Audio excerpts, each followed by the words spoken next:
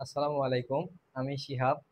আজকে আমি এসএসসির এসএসসি ম্যাথের জন্য আলো একটা ফিজিক্সের অধ্যায় আছে, তোমরা জানো হয়তো, আলোর প্রতিফলন অষ্টম অধ্যায়। সেই অধ্যায়ের উপর একটা ক্লাস নিব। যারা আমাদের ইউটিউব এবং ফেসবুক পেজ থেকে দেখতেছেন তাদেরকে অসংখ্য ধন্যবাদ। আমাদের পাশে থাকবেন সকলেই। আমরা ক্লাস শুরু করতেছি। বিসমিল্লাহ।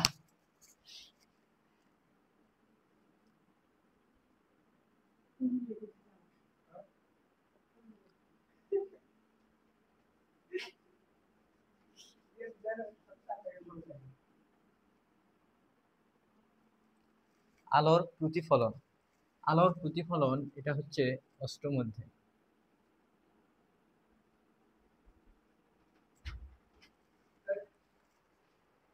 এখানে আলোর প্রতিফলন প্রথমে আমাদের হেডিংসে দেওয়া আছে, দেখেন, আলো এবং প্রতিফলন দুইটা শব্দ। এখন আমরা জানবো আলোটা কি। আলো হচ্ছে একটা বিদ্যুৎ চৌম্বকীয় তরঙ্গ যা আমাদের দর্শনের অনুভূতি জাগায়। আসলে এই আলোর কারণেই আমরা আসলে মূলত দেখতে পাই। এই ঘটনাটা কিভাবে ঘটে সেটা আমি সামনে জানাচ্ছি। মূলত আগে দেখো আলোটা কি।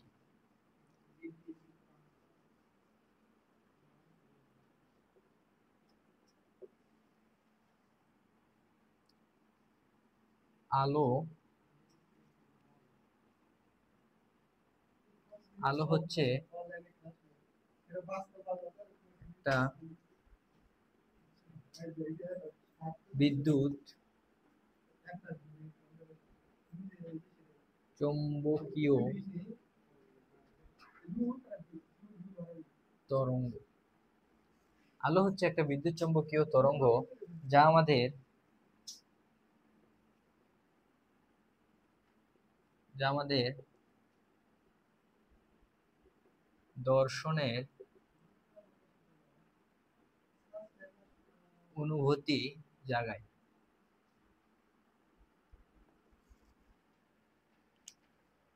তাহলে তোমরা দেখতে পাচ্ছ যে আলো হচ্ছে একটা বিদ্যুৎ চৌম্বকীয় তরঙ্গ যা আমাদের দর্শনের অনুভূতি জাগায়। এই আলো নিয়ে অধ্যায়ে খুব একটা বিস্তারিত আলোচনা নেই, তারপরও আমি আলোচনা করতেছি। আলো, আমরা সব আলো দেখতে পাই না। আলো দেখার জন্য নির্দিষ্ট একটা তরঙ্গ দৈর্ঘ্যে লিমিটেশন আছে। আমরা দেখতে পাই যে 400 ন্যানোমিটার থেকে 700 ন্যানোমিটারের মধ্যে যদি আলোর তরঙ্গ থাকে তবেই আমরা মূলত আলোটা দেখতে পাই। তাহলে আমাদের দৃশ্যমান আলোর তরঙ্গ দৈর্ঘ্য হচ্ছে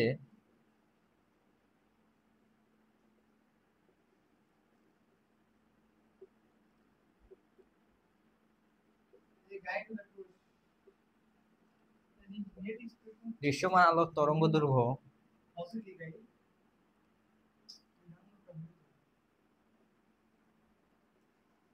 400 ন্যানোমিটার থেকে 700 ন্যানোমিটার। এই 400 ন্যানোমিটার থেকে 700 ন্যানোমিটারের মধ্যে যদি আলোর তরঙ্গ দৈর্ঘ্য হয় তবে আমরা মূলত আলোটা দেখতে পাবো।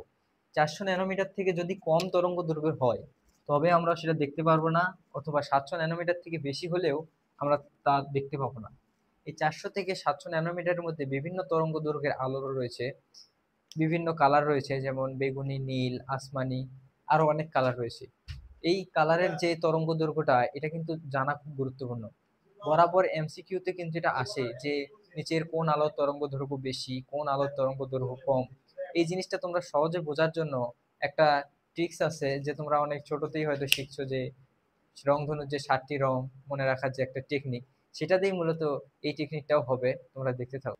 আমরা পড়ছিলাম যে রংধনুর 7টি রং মনে রাখার যে একটা কৌশল, বে, নি, আ, স, হ, ক, লা। এই বে, নি, আ, স, হ, কলা, এখান থেকে বেতে বেগুনি, নিতে নীল, আতে আসমানি, সতে সবুজ, হতে হলুদ, কতে কমলা, আর লতে লাল।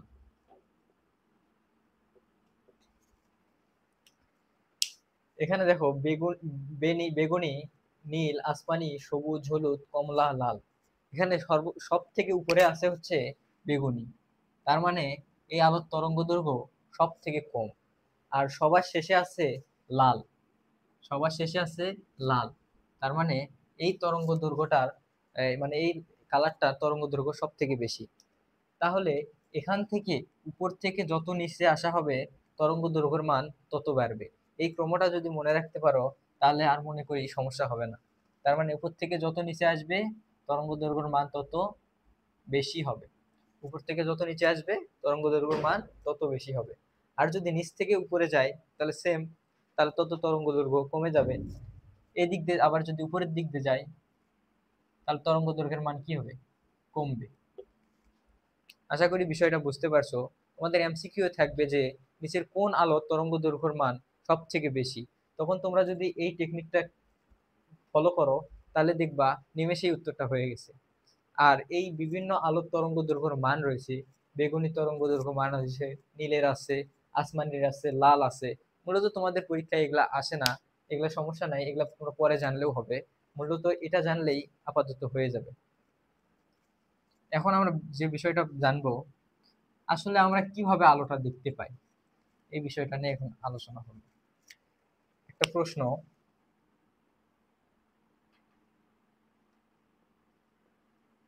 যে আমরা কিভাবে আলো দেখতে পাই? আমরা কিভাবে আলো দেখতে পাই? আসলে আপাত দৃষ্টিতে মনে হতে পারে যে আমাদের চোখে আলো এসে পড়ে না, আমাদের চোখ অটোমেটিকলি কোনো একটা আলোকে দেখে ফেললে তবেই বোঝা যায় যে মনে হয় কোনো একটা জিনিস আমরা দেখতে পাচ্ছি। কিন্তু আসলে মূলত ব্যাপারটা এরকম না। যখন কোনো একটা বস্তুতে আলো পড়ে, সেই বস্তু থেকে আলো আমাদের চোখে রিফ্লেক্ট হয়, তবেই আমরা দেখতে পাই।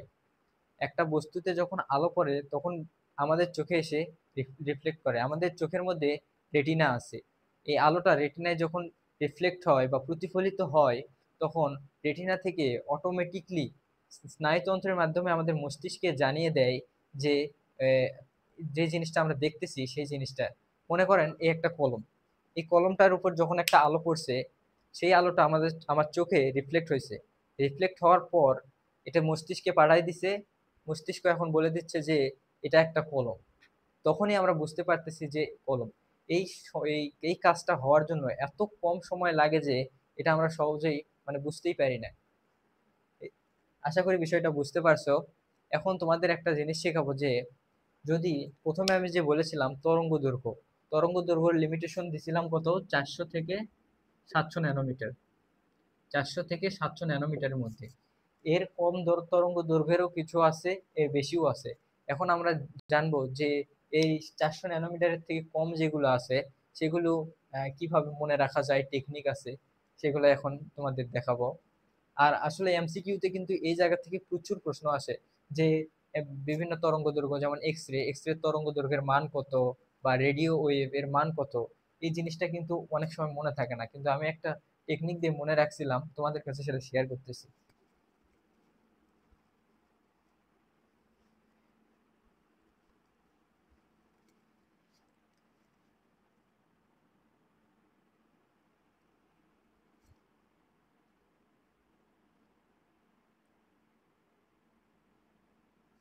মনে করো এটা একটা হচ্ছে রেখা, আর এটা হচ্ছে আমাদের দৃশ্যমান তরঙ্গ দৈর্ঘ্য, মানে দৃশ্যমান যে আলো সেটা তরঙ্গ দৈর্ঘ্য।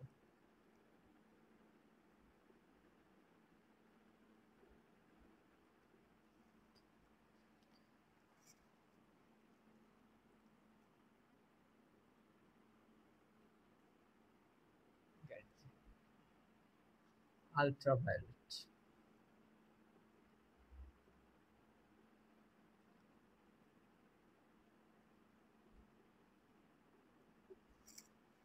দেখো এখানে হচ্ছে এটা আমাদের দৃশ্যমান আলো। এটা দৃশ্যমান আলোর লিমিটেশনটা এখানে। আচ্ছা এখানে আমি দিয়ে দেই তরঙ্গ দৈর্ঘ্য।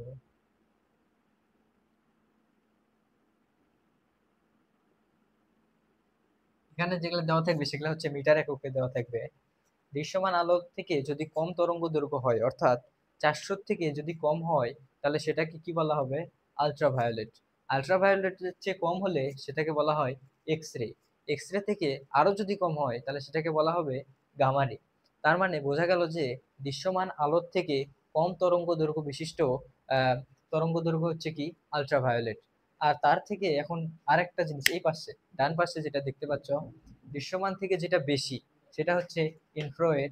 ইনফ্রারেড থেকে বড় হচ্ছে মাইক্রোওয়েভ। মাইক্রোওয়েভ থেকে রেডিও ওয়েভ। আপাতত এটা দেখলে মনে হবে যে এটা অনেক কঠিন বিষয়, কিন্তু আসলে এটা আমি যখন বোঝাবো তখন আসলে পানির মতো সহজ লাগবে। আমি এটার মানটা আগে লিখে দেই।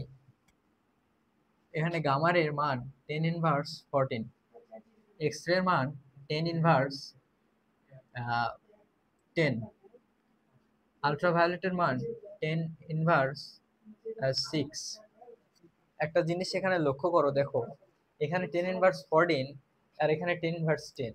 তার মানে এখানে ডিফারেন্সটা কত? 4 করে। এই দিক থেকে এইদিকে গেলে কি হচ্ছে? 4 করে প্লাস হচ্ছে। 10^14, 10^10, 10^6। তাহলে পরেরটা কত হবে? 10^2। 10^2, 10^2। তারপরেরটা কত হবে? 10^2, 10^2। তারপরেরটা হবে 10^6। তাহলে এদিক থেকে এদিকে গেলে, অর্থাৎ সব থেকে ছোট তরঙ্গ দৈর্ঘ্য বিশিষ্ট থেকে বড়র দিকে গেলে এখানে মানটা কিন্তু 4 করে প্লাস হচ্ছে।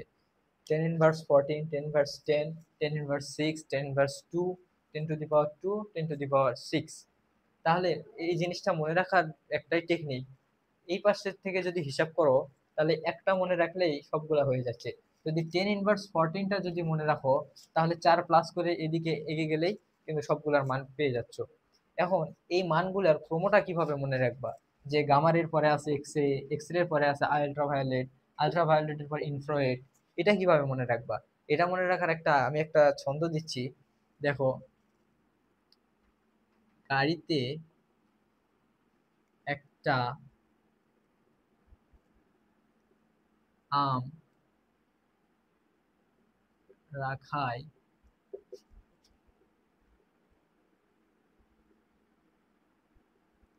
ইঞ্জিনের মালিক রেগে গেল। আসলে এটা কোনো অর্থবোধক একটা সেন্টেন্স না, এটা জাস্ট আমি এসএসসি তে এটা মনে রাখছিলাম, সেটাই তোমাদের মাঝে শেয়ার করতেছি। সেটা হচ্ছে, দেখো এখানে গাড়িতে, এখানে গাড়িতে মানে প্রথম অক্ষরটা কি আছে? গয়াকারে গা। সেম ভাবে গামারেরও কিন্তু প্রথমে গয়াকারে গা। তার মানে এটার সাথে এটা মিল রেখে হয়ে যাচ্ছে গামারে মানে গাড়িতে। এক্স রে এর এ এ আর এই এর মিল আছে, একটা থেকে এক্স রে। আবার আম, আমের আ এবং আলট্রাভায়োলেটের আ এদিক দিয়ে সিমিলার হয়ে যাচ্ছে। তাহলে গাড়িতে একটা আম রাখায় মানে হচ্ছে গামারে, এক্স রে, আলট্রাভায়োলেট। তারপর এই পাশে দেখো দৃশ্যমানে যেটা পরে আছে রাখায়, আহ, আমরা খাই ইঞ্জিনের, এই যে ইঞ্জিনের রসই আর হচ্ছে ইনফ্রারেড, এটা কিন্তু মিলে গেছে। ইঞ্জিন আর হচ্ছে ইনফ্রারেড, আর এই যে মাতে মাইক্রোওয়েভ, আর এই যে রেডিও ওয়েভটা হচ্ছে এই রেগে গেল। এই রেগে গেল মানে রেডিও ওয়েভ। এটা এই পাশে হয় না দেখে আমি নিচে লিখছি। তাহলে দেখো, গাড়িতে একটা আমরা খাই, ইঞ্জিনের মালিক রেগে গেল। তার মানে গাড়িতে মানে গামারে, গাড়িতে একটা একটা মানে এক্স রে, রাখাই র থেকে আম রাখাই, আ থেকে আলট্রাভায়োলেট, আবার ইঞ্জিন থেকে ইনফ্রারেড, মা থেকে মাইক্রোওয়েভ, রে থেকে রেডিও ওয়েভ। এই একটা যদি একটা সেন্টেন্স যদি তোমরা মুখস্থ রাখতে পারো, তাহলে এখান থেকে যে কোনো এনি হাউ যে কোনো যদি এমসিকিউ কোশ্চেন আসে, আমি শিওর তোমরা পাবা। যদি এই দুইটা টেকনিক মনে রাখো, যে প্রথমটা হচ্ছে 10^14 আর হচ্ছে আর একটা হচ্ছে ছন্দ, এই দুইটা জিনিস যদি মনে রাখতে পারো তাহলে অনেক ইজি হয়ে যাবে। আসলে আমাদের দৃশ্যমান আলোটাই হচ্ছে যে 400 থেকে 700 ন্যানোমিটার, এর থেকে কম বা বেশি হলে সেটা আমরা দেখতে পাবো না। দেখা যাচ্ছে ইনফ্রারেড এই আলোটা দৃশ্যমানের থেকে বেশি। এই ইনফ্রারেড আলোটা আসলে কোথায় ব্যবহার করা হয় তোমরা কি জানো? এটা কিন্তু রিমোটে ব্যবহার করা হয়। বিভিন্ন ধরনের রিমোট আছে, যেমন টিভির রিমোট আছে। টিভির রিমোট থেকে কিন্তু এই যে ইনফ্রারেড এই আলোর মানে তরঙ্গ দৈর্ঘ্যটা বের হয়ে আসে। মূলত এটা আমাদের দৃশ্যমানের থেকে বেশি দেখে এটা আমরা দেখতে পাই না, কিন্তু এটা যখন ক্যামেরার মধ্যে আবদ্ধ করতে যাবা তখন এটা কিন্তু বুঝতে পারবা। এটা অনেকে পরীক্ষা করে দেখতে পারো। আসলে আজকের ক্লাসটা আমি এটুকুই শেষ করতেছি। যেটুকু আলোচনা করলাম আমার মনে হয় যদি ভালো করে মনোযোগ দিয়ে দেখো অবশ্যই ইজিলি এটা বুঝে যাবা। আর আমাদের এই চ্যানেলটা নতুন খোলা হয়েছে, সবাই আপনারা পাশে থাকবেন। আমাদের এই চ্যানেলের সাথে আরো ৩ জন যুক্ত আছে, তারাও অন্যান্য বিষয়ে ক্লাস নেবে। আমি ফিজিক্সের এই এই অষ্টম অধ্যায় এটি ক্লাসটা নিচ্ছি এখন, সামনে আরো নিব। সবাই আমাদের জন্য দোয়া করবেন। সবাই ভালো থাকবেন। আসসালামু আলাইকুম।